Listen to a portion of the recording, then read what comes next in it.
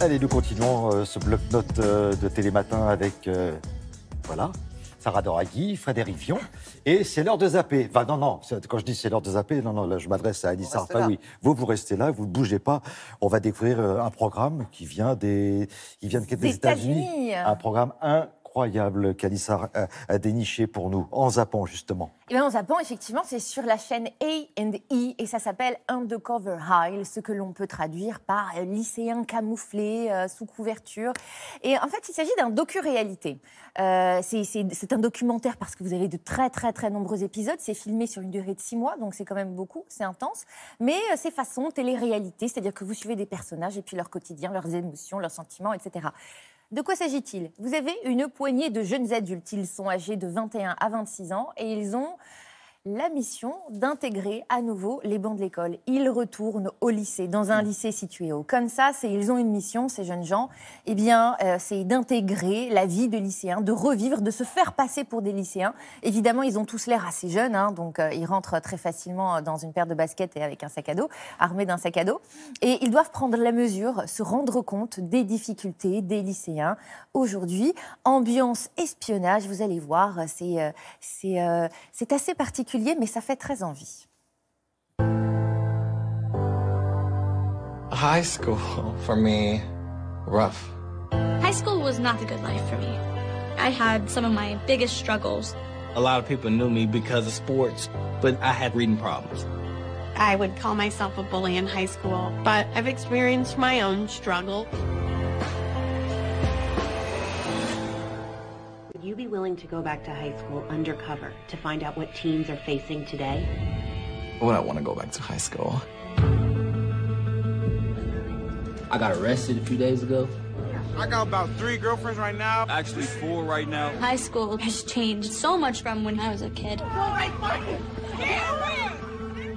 I don't think teachers, parents, adults really get how hard it is to be a teenager right now. I've seen it all.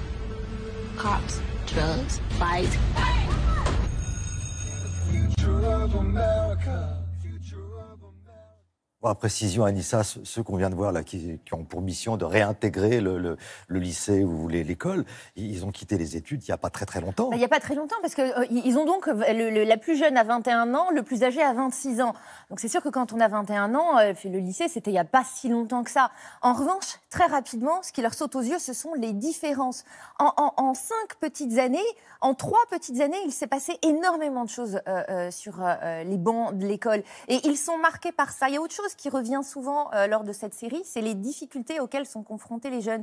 Vous savez, on entend souvent cette phrase des jeunes gens qui disent « la vie est dure, c'est compliqué » et on ne comprend pas, on ne les entend pas et on ne les comprend pas, nos jeunes. Qu'est-ce qui est bien compliqué quand on va au lycée, franchement? C'est ce qu'on peut se poser comme question.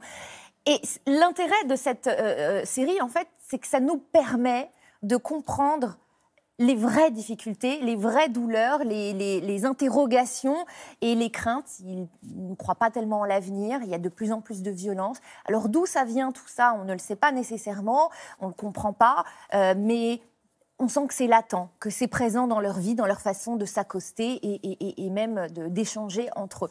Et ça, nos infiltrés, ils le voient, ils le sentent, eux-mêmes revivent du coup certaines de leurs anciennes difficultés de lycéens, mais vous allez voir que le constat fait parfois froid dans le dos.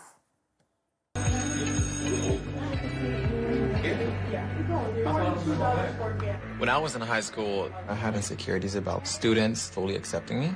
So my first class alone, I felt nervous. Guys, we have a new student today. We don't care. So I'm in my first class, just looking around to see, like, okay, what does a high schooler do? And I noticed that everyone is on their phone. When I was in high school, it was a no phone zone. Now you're allowed to be on your phone while the teacher's teaching, and it's a huge distraction. Since the beginning of the week, I have like 15 new friend requests on Instagram. Some of these guys are sending me messages like, to be honest, you're badass. I definitely feel like it is a huge problem getting harassed by all these young boys. Not just because I have messages, but because the way I see these young guys treating girls is very disrespectful. C'est un sacré témoignage, ça, quand même. Ben, c'est ça, c'est-à-dire que les jeunes gens ne s'en rendent pas compte quand eux nous le disent directement. Et là, en revanche, quand on s'infiltre, l'agressivité des garçons vis-à-vis des filles, là, il y a un gros souci. Les téléphones, la surutilisation des téléphones portables en classe, ben forcément, si vous êtes sur votre téléphone, vous n'êtes pas ailleurs, enfin, vous n'êtes pas en train d'écouter l'enseignant. Voilà, ou alors encore le jeune homme qui avait vécu des difficultés compte tenu de sa vie privée et qui a peur de revivre ça. C'est très fort et ça nous permet d'ouvrir un peu plus les yeux sur ce que vivent nos jeunes aujourd'hui. Voilà, et le constat, visiblement, a l'air assez inquiétant quand même. Hein. Oui. Merci beaucoup. Donc, c'est une émission qui vient des États-Unis. Sur la chaîne A&E. Merci, Anissa.